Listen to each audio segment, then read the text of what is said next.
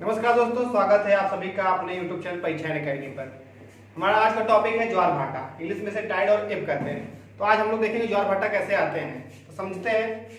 चलिए, तो सागरी जल का जब देखते हैं उतार चढ़ाव होता है, सागर मतलब महासागरों का जल में जब ऊपर नीचे उतार चढ़ाव होता है, जिस कारण से एक आकर्षण बल कार्य करता है। मतलब आकर्षण बल किसका? पृथ्वी के मतलब गुरुत्वाकर्षण जो बल होता है वो तो है ही, लेकिन चंद्रमा का भी अपना गुरुत्वाकर्षण बल है, सूर्य का भी है। तो वो लोग क्या करते हैं, चंद्रमा और सूर्य अपनी तरफ पृथ्वी को आकर्षित करते हैं, उसके मतलब जल को, महासागरीय जल को आकर्षित करते हैं, जिस कारण से वो जल का ऊपर उठना क्या कहलाता है? ज्वार। और जब वही नीचे दबता है तो उसको भाटा कहते हैं। तो इसको हम पहले डायग्राम बनाते हैं, उसे समझते हुए पॉइंट वाइज लिखते चलेंगे।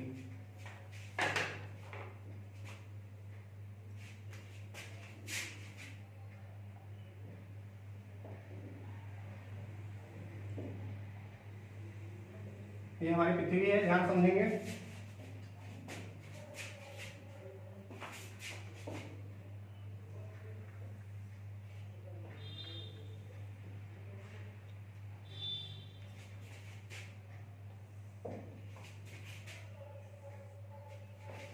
सूर्य, पृथ्वी और पृथ्वी में चंद्रमा बनाए हैं।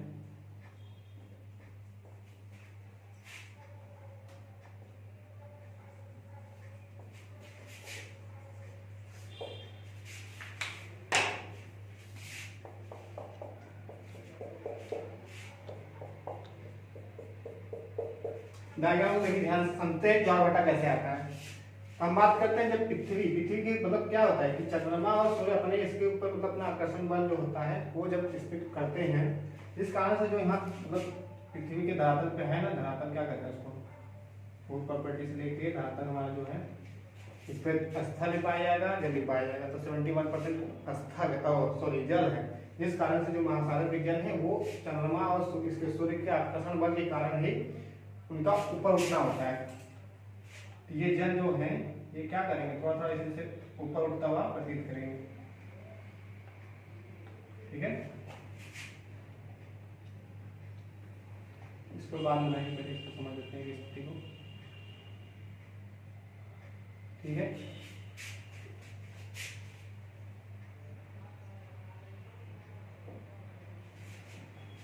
देखिए स्थिति, ये जल है और इसका स्थिति जब चंद्रमा जब क्या है सीधे रेखा में रहते हैं, सूर्य और पृथ्वी चंद्रमा, तो आकर्षण बल कार्य करता है, जिस कारण से जल का ऊपर उठना जो दिखता है इसे हम ज्वार कहते हैं। और ये स्थिति एक समय आती है चंद्रमा के आकर्षण बल कारण होता है, फिर जो ये स्थिति होती है ये सूर्य कारण होता है, प्लस पृथ्वी का भी अपकेंद्रीय बल होता है, क्योंकि पृथ्वी अपने अक्ष पे घूमती है ना, घूर्णन करती है, तो उसका भी अपकेंद्रीय बल कार्य करता है, जिस कारण से ये पृथ्वी मतलब जल को फिर यहाँ पे वो मूवमेंट करके उठाती है। तो दो स्थिति में होता है, पृथ्वी का अपकेंद्रीय बल से भी उठेगा और एक चंद्रमा के आकर्षण बल से भी उठेगा। तो इसमें हम देखते हैं कि जो समय होता है इसका बल, चंद्रमा क्या परिक्रमा करता है पृथ्वी की, चंद्रमा पृथ्वी का उपग्रह है, जो इसकी परिक्रमा एक चक्कर कितने दिन करता है? 27.5 दिन, या तो लगभग 28 दिन मान लेते हैं। 27.5 दिन जब चंद्रमा इसकी परिक्रमा करता है तो इस स्थिति में देखेंगे हम एक परिक्रमा करने 27.5 दिन लगता है, लेकिन पृथ्वी तो अपने अक्ष पे घूम रही है, अपने अक्ष पे जो घूमती कितने देर में घूमती है? लगभग 24 घंटे मानते हैं, 24 घंटे मानते हैं।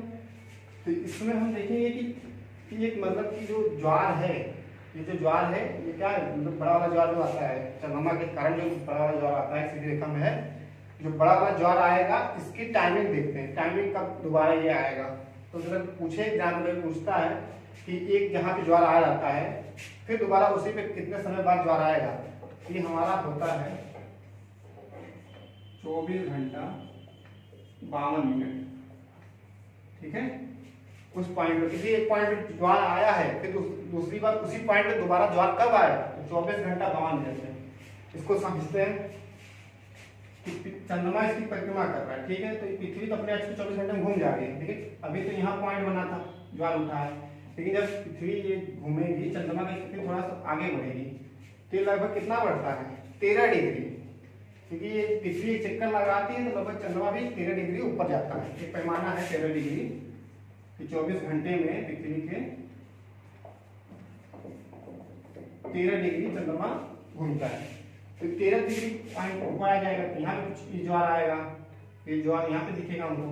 ये स्थिति देख लीजिए, एक बार ज्वार आया, फिर यहाँ भाटा आया, फिर ज्वार आया, फिर भाटा आएगा। तो ये स्थिति समझते हैं कि एक बार यहाँ पे कंप्रेस कब आएगा, 24 घंटा जब होता है, मान लो यहाँ पे होगा, फिर से दोबारा जो आता है यहाँ पे लिखते हैं 24 घंटा 52 मिनट में, ठीक। दोबारा वहीं पे तो 5 से 13 डिग्री ऊपर आएगा। फिर बात करते हैं कि घूम के यहाँ पे आएंगे हम, तो यहाँ पे जो ये ज्वार आता है ये कब आता है, तो इसका टाइमिंग क्या होगा, इसका हाफ होगा 24 घंटे, क्योंकि देखो बीच में है, इसके सीध में है, तो दोबारा ये जब यहाँ पे जो ज्वार आता है इसका टाइमिंग कितना होगा, 12 घंटा 26 मिनट हो जाएगा। कि पृथ्वी, जैसे क्या होता है कि पूछते हैं कि 24 घंटे मतलब एक दिन में पृथ्वी पर कितनी बार ज्वार आएगा, तो 2 बार ज्वार आता है, 2 बार भाटा भी आता है, देख लीजिए यहाँ पे, एक बार 2 बार ज्वार यहाँ है, 2 बार भाटा यहाँ है, कम है, इसलिए पृथ्वी पर मतलब एक दिन में 2 बार ज्वार 2 बार भाटा आते हैं, तो एक बार अगर उसी स्थिति में आना है तो 24 घंटा 52 मिनट लगेगा। अब फिर दोबारा अगर ज्वार उसी मतलब दूसरा ज्वार कब आएगा, तो इसका टाइमिंग क्या होगा, इसका हाफ होगा, क्योंकि ये आधे समय में यहाँ आता है, तो 12 घंटा कितना होगा, 26 मिनट, यहाँ लिख सकते हैं। यहाँ पे जो ज्वार आएगा 12 घंटे 26 मिनट में, ठीक। टाइमिंग बस याद रखना, 24 घंटा 52 मिनट में एक पॉइंट पे जब ज्वार आता है वहां दोबारा उसी पॉइंट पे आने के लिए 24 घंटा 52 मिनट लगता है। जो दूसरा ज्वार आता है वो 12 घंटे 26 मिनट में आता है। अब भाटा देखते हैं, यहाँ पे जो आ रहा है भाटा है, इनका टाइमिंग क्या है, तो क्या है, इनका हाफ यहाँ पे आएगा, क्यों, क्योंकि क्वार्टर बन रहा है ना, अगर पृथ्वी में ऐसे भाग में बांट दे तो 4 भाग बनते हैं क्वार्टर, तो एक क्वार्टर का टाइमिंग निकालते हैं, क्योंकि पूरा कंप्लीट 24 घंटा 52 मिनट होता है, तो इसका एक क्वार्टर को कितना आएगा, इसका हाफ करेंगे तो 6 घंटा 13 मिनट, कितना आएगा, 6 घंटा 13 मिनट टाइमिंग एक भाटा। और दूसरा भाटा कब आएगा, इसका भी 6 घंटा है, मतलब जो दूसरा ज्वार है उसके बाद फिर दूसरा भाटा आएगा 6 घंटा 13 मिनट। आप फिर समझिए, अच्छे समझते हैं, एक पॉइंट पे दूसरी बार जब ज्वार आता है लगभग 24 घंटा 52 मिनट समय लगता है, ठीक। और फिर पृथ्वी में 2 बार ज्वार आता है, दूसरा ज्वार जब आएगा 12 घंटे 26 मिनट में आएगा। अब इसमें भाटा की बात करते हैं तो एक ज्वार आने के बाद भाटा का टाइमिंग कितना होता है, 6 घंटा 13 मिनट। लेकिन अगर पूछा गया एग्जाम में कि एक भाटा के बाद फिर ज्वार आने का टाइम, तो यही बताइए नहीं कि 12 घंटे बताएंगे, तो इसके हिसाब से बताए थे हम कि दूसरा ज्वार कब आता है। भाटा के बाद ज्वार भी 6 घंटा 13 मिनट में ही आएगा। टाइम का अंतर यही होगा कि हर मतलब प्रति ज्वार या भाटे के टाइमिंग क्या होगी, 6 घंटा 13 मिनट होगा, ठीक। फिर देखते हैं भाटा फिर आएगा 6 घंटा 13 मिनट में, और 24 मिनट पे माना मतलब मान के हम लोग उसको कर रहे हैं। ये स्थिति है ज्वार भाटा आने की, ठीक है। अब इसमें हम सब पॉइंट में लिखते चलेंगे, फिर इसमें डिफाइन मतलब डिफरेंट निकालेंगे कि दीर्घ ज्वार कब आते हैं, लघु ज्वार कब आते हैं, ठीक है।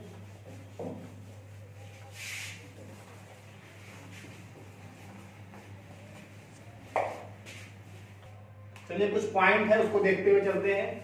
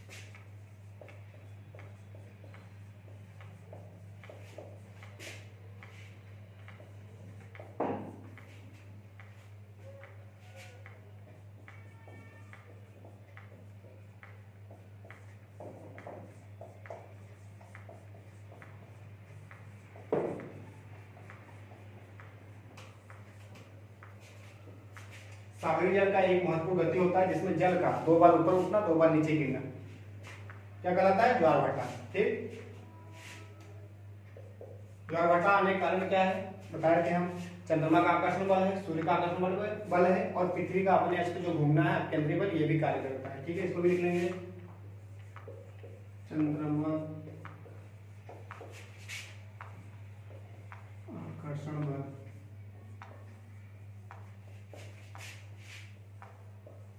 सूर्य का आकर्षण बल।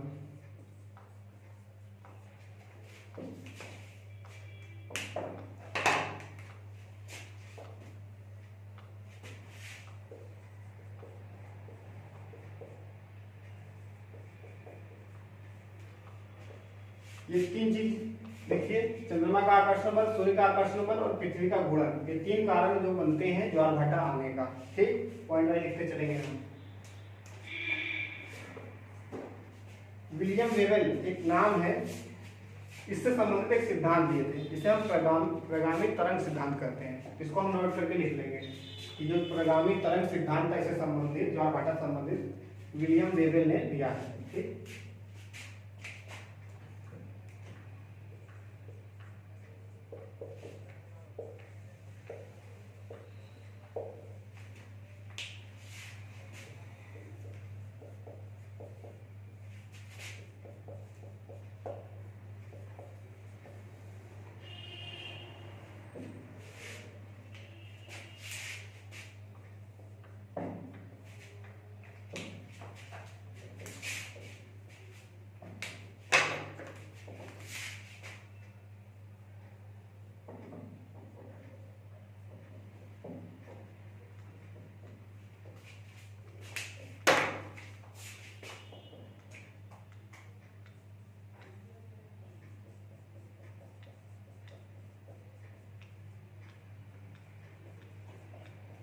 ठीक है।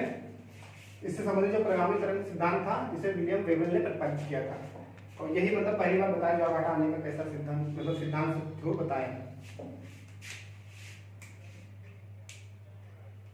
इसमें देखते हैं चंद्रमा का जो आकर्षण बल है, सूर्य का आकर्षण बल है, पृथ्वी का घूर्णन, जिस कारण से ज्वारभाटा आता है। लेकिन इसमें एक जानने वाली बात यह है कि चंद्रमा का जो आकर्षण बल है वो पृथ्वी पर सूर्य के आकर्षण बल से ज्यादा प्रभावी होता है। क्यों?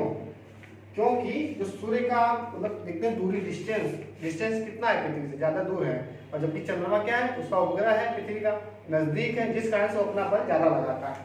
इसका हम मान सकते हैं चंद्रमा का आकर्षण बल ज्यादा होने के कारण सूर्य का आकर्षण बल कम होने के कारण ही जो ज्वार आता है वो चंद्रमा के आकर्षण बल से ज्यादा आता है ऊंचा, और सूर्य के कारण कम ऊंचा आता है। ठीक, ये तो हम कुछ पॉइंट वाइज लिख लिए हैं। आगे थोड़ा बढ़ते हैं कि मतलब कि जब इसके मतलब डिफाइन करते हैं, डिफरेंट दिखते हैं कि दीर्घ ज्वार कब आता है और लघु ज्वार कब आता है। तो एक हेडिंग डालेंगे, इसको मिटाते हैं, इरेज करते हैं, फिर हेडिंग डालेंगे दीर्घ ज्वार और लघु ज्वार, उसको समझ लेते हैं।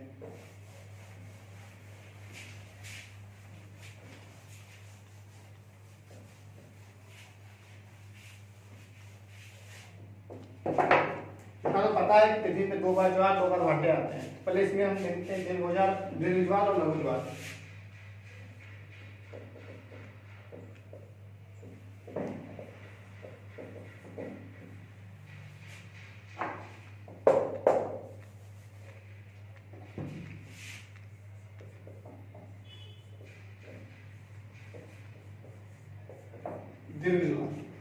दीर्घ ज्वार की बात करते हैं, कैसे आता है दीर्घ ज्वार की स्थिति क्या बनती है। इसमें सूर्य, चंद्रमा, पृथ्वी एक सीधी रेखा में होते हैं, जिस कारण से दीर्घ ज्वार, क्योंकि इस समय आकर्षण बल सबका मतलब काम करता है, एक साथ काम करता है, जिस कारण से ज्यादा मतलब दीर्घ ज्वार आने की देखने को मिलता है। ठीक है, स्थिति देखिए वही है। हम देखते हैं हमें मतलब अगले पिछले जो पॉइंट पढ़े थे हम, टॉपिक अपना सूर्य ग्रहण, चंद्र ग्रहण, उसी स्थिति को समझेंगे दीर्घ ज्वार में। सूर्य है, चंद्रमा, पृथ्वी, फिर एक बार चंद्रमा लाते हैं क्योंकि स्थिति बनती है चंद्र ग्रहण के समय भी। तो सूर्य, चंद्रमा, पृथ्वी जब एक सीधी रेखा में होते हैं,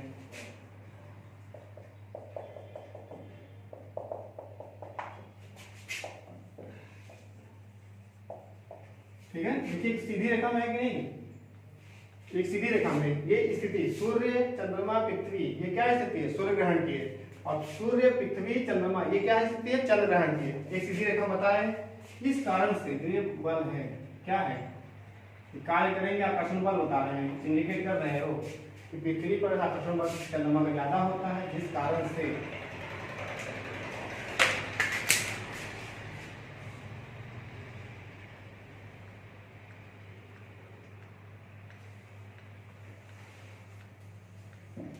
यहाँ पे देखिए पानी का जल ऊंचा दिखेगा, इसे हम दीर्घ ज्वार कहेंगे, इस स्थिति को दीर्घ ज्वार कहेंगे। क्योंकि देखिए फोर्स आकर्षण बल जो इसका है चंद्रमा का, ये ज्यादा होने के कारण पृथ्वी का जल ऊपर उठता है, ज्यादा मतलब ज्यादा ऊंचाई तक उठता है, इसलिए इसे दीर्घ ज्वार कहते हैं। और एक पॉइंट और जब आगे पढ़ेंगे लघु ज्वार, उसमें यही स्थिति होती है, थोड़ा मतलब संपूर्ण बनाती है स्थिति तीनों की, लेकिन उस समय कम होता है। तो पहले इसको लिख के आगे फिर लघु वाला भी समझ लेंगे डायग्राम से।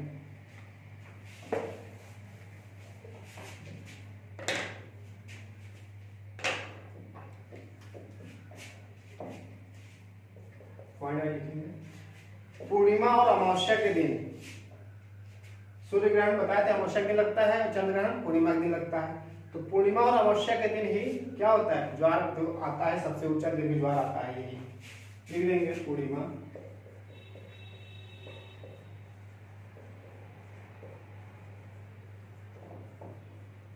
अमावस्या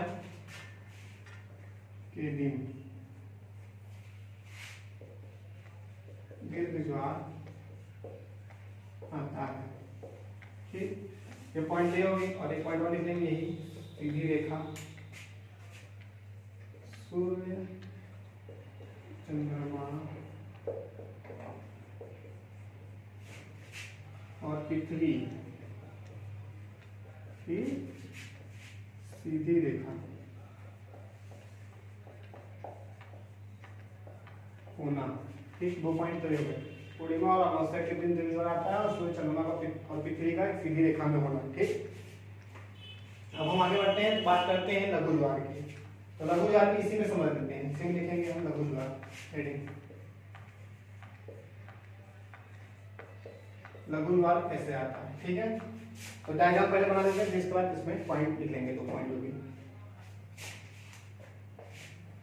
लघु ज्वार की स्थिति समझेंगे, ये सूर्य है, ये हमारी पृथ्वी है, ठीक, ये चंद्रमा है, 2 स्थिति बनती है चंद्रमा की, चंद्रमा पृथ्वी परिक्रमा करते हुए यहाँ से घूम के यहाँ आ गए, समझ लो 2 चंद्रमा होते नहीं है, ठीक है।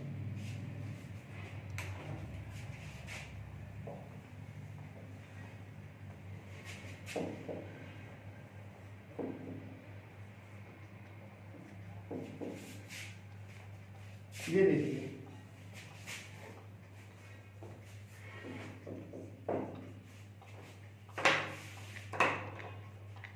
इस स्थिति में देखेंगे हम सूर्य चंद्रमा पृथ्वी एक सीधी रेखा में, लेकिन लघु ज्वार के समय क्या होता है कि सूर्य और पृथ्वी दोनों सीधी रेखा में, लेकिन चंद्रमा नहीं रहता। वो क्या करता है, सूर्य पृथ्वी से चंद्रमा क्या करता है, 90 डिग्री का कोण बना लेता है, 90 डिग्री का कोण बना रहा है। इस कारण से क्या होगा, ये लघु ज्वार होगा, ठीक है। लघु ज्वार आने के कारण देख लीजिए क्या है कि जब सूर्य पृथ्वी से चंद्रमा 90 डिग्री का कोण बनाता है, इस स्थिति में लघु ज्वार आता है, लेकिन जब सीधी रेखा में होते हैं तो दीर्घ ज्वार आता है, जिस कारण से ये स्थिति बनती है।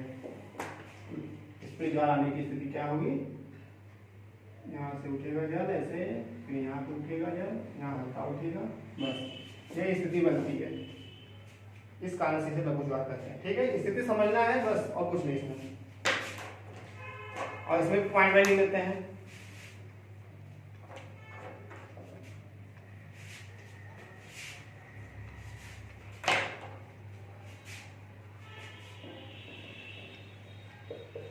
लघु ज्वार में सागरी जल का जो ज्वार होता है वो कम ऊंचा होता है, मतलब जो उठाव होता है, जल का उठाव कम होता है।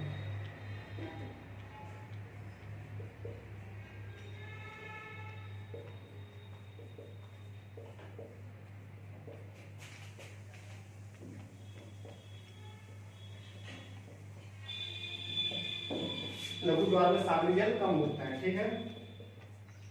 और यह स्थिति लघु ज्वार कब आता है, शुक्ल पक्ष और कृष्ण पक्ष। कब आएगा, शुक्ल पक्ष और कृष्ण पक्ष।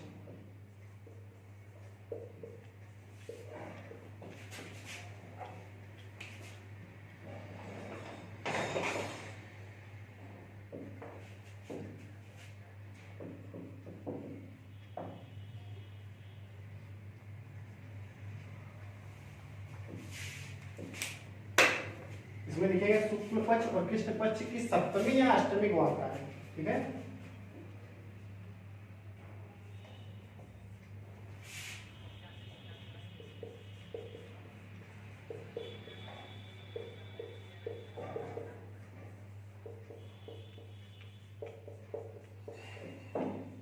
ठीक।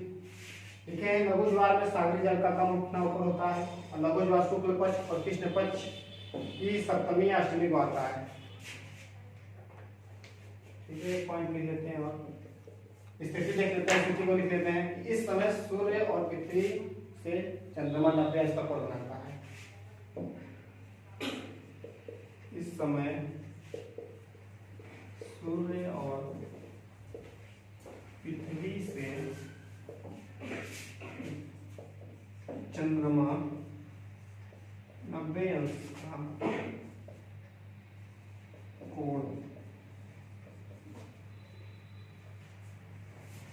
बनाता है या समकोण होता है। समकोण मतलब 90 अंश। ठीक है, फिर से रिवीजन करेंगे इसका एक बार फिर से। दीर्घ ज्वार पूर्णिमा और अमावस्या के दिन आता है, दीर्घ ज्वार आता है। सूर्य चंद्रमा और पृथ्वी सीधी रेखा में होते हैं दीर्घ ज्वार के समय। लघु ज्वार कब आता है? ये शुक्ल पक्ष और कृष्ण पक्ष के सप्तमी या अष्टमी के दिन आता है। इस समय सूर्य और पृथ्वी से चंद्रमा 90 अंश का कोण बनाता है, इसे हम समकोण कहते हैं। समकोण की स्थिति को बनाया है, इस कारण से ये हम दीर्घ ज्वार लघु ज्वार समझ लिए।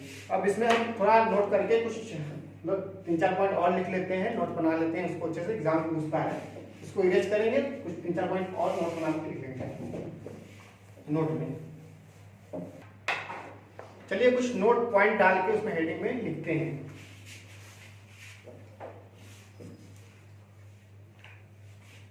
प्रश्न पूछता है विश्व में सबसे ऊंचा ज्वार कहाँ आता है? विश्व में सबसे ऊंचा ज्वार कहाँ आता है? इसको हम नोट करके लिख लेंगे, इसको पढ़ लेंगे, फिर एग्जाम में अक्सर पूछता है इसे।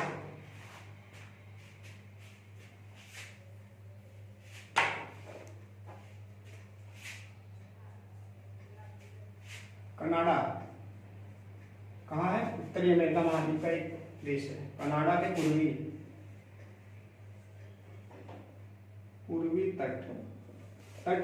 तट माने तो हम जैसे की बात करते हैं अटलांटिक महासागर भी है और वहीं क्या है? फंडी की खाड़ी। ठीक है, कनाडा के पूर्वी तट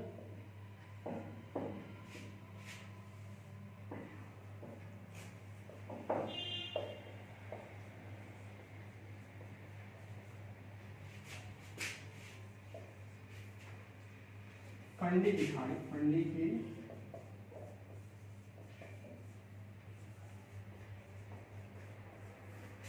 खाड़ी में सबसे ऊंचा ज्वार आता है। कितना? लगभग 15 से 18 मीटर ऊंचा। ठीक है, फंडी की खाड़ी में 15 से 18 मीटर ऊंचा ज्वार आता है। ठीक है, इंपॉर्टेंट है फंडी खाड़ी। बता दें कनाडा के पूर्वी तट अटलांटिक महासागर के फंडी खाड़ी में। एक पॉइंट हम भारत की बात करते हैं। भारत में कहाँ सबसे ऊंचा आता है? तो गुजरात जानते हैं, गुजरात के कच्छ की खाड़ी जो है वहां पे ओखा तट है, ओखा तट, वहां पे भारत में सबसे ऊंचा ज्वार आता है, लगभग 2.7 मीटर ऊंचा। इसको पॉइंट लिख लेंगे।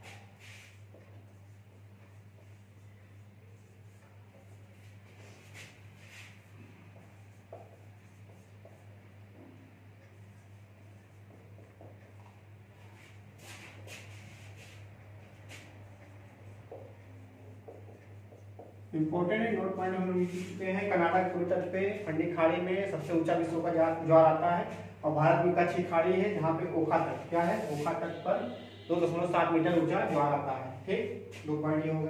अब बात करते हैं, आप सुने होंगे कि उपभू अपभू क्या होते हैं। इसको हम हेडिंग डाल के इसको भी समझते हुए चलते हैं। उपभू और अपभू।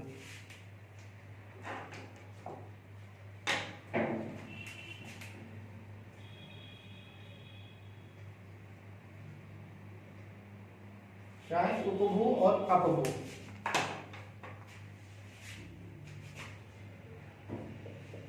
इसे इंग्लिश में पेरिजी कहते हैं, उपभू को अपभू को अपोजी कहते हैं। ठीक है, जिसे हम पढ़े थे पिछले वीडियो में, हम जब पृथ्वी के उसमें क्या कहते हैं गतिया में पढ़े होंगे कि उपस्वर अपस्वर, उसमें क्या था, उपस्वर अपस्वर, सूर्य से सबसे नजदीक उपस्वर, सूर्य से सबसे दूर पृथ्वी अपस्वर। यही सेम स्थिति होती है चंद्रमा से पृथ्वी की। क्या होती है, जब चंद्रमा से पृथ्वी की सबसे नजदीक दूरी रहेगी, डिफरेंट मतलब की दूरी में कम डिस्टेंस रहेगा, तो उसको हम कहेंगे उपभू। जब यही दूरी ज्यादा थोड़ी रहेगी, इसको हम कहेंगे अपभू। ठीक, इसको पॉइंट में लिख लेते हैं।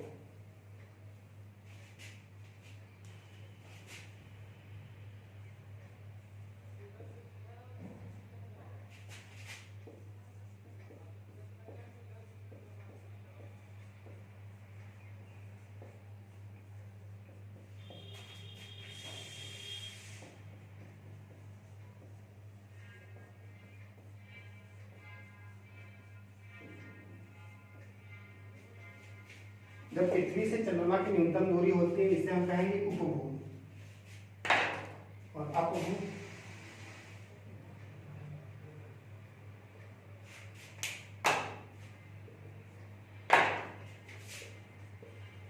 जब पृथ्वी से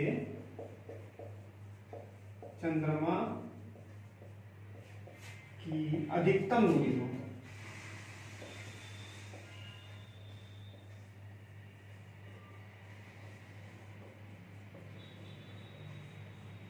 ठीक है, 2 पॉइंट हम लोग फिर मतलब नया है, उपभू अपभू। जब पृथ्वी से चंद्रमा की न्यूनतम दूरी होती है, इसे उपभू कहते हैं, और अपभू जब पृथ्वी से चंद्रमा की अधिक दूरी होती है। तो ये पृथ्वी है, यहाँ पे चंद्रमा इसकी चक्कर काट रही है, एक स्थिति आती है चंद्रमा इसके पास आती है, एक स्थिति आती है चंद्रमा दूर होती है, इसके पास है। तो जो ये स्थिति है इसको उपभू कहेंगे, ये स्थिति इसको अपभू कहेंगे। ठीक है, ठीक है, तो आज का हमारा टॉपिक आज यही समाप्त करते हैं। आज हमने देखा ज्वारभाटा, इसकी परिक्रमा कैसे मतलब कैसे आते हैं ज्वारभाटा। आप सभी का बहुत बहुत धन्यवाद। हमारे चैनल को लाइक कीजिए एंड सब्सक्राइब कीजिए।